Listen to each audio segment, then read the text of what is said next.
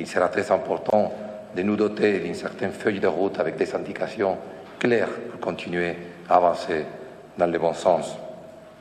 La situation du pays reste fragile, que ce soit du point de vue politique, du point de vue sécuritaire. Vous avez mentionné la situation dans le sud de Madagascar, du point de vue socio-économique.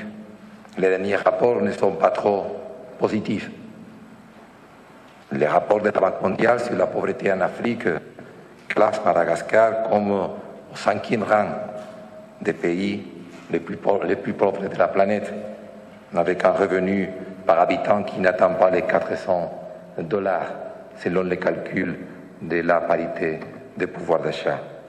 De ce point de vue, on s'était engagé à avancer dans notre relation de partenariat et nous nous félicitons aussi de la signature prochaine, le 23 novembre, vous l'avez mentionné, à Bruxelles, avec le commissaire européen à la coopération internationale et au développement, M. Mimica, du programme indicatif national pour Madagascar, avec un montant estimé, montant de dons de plus de 500 millions d'euros, de 518 millions d'euros.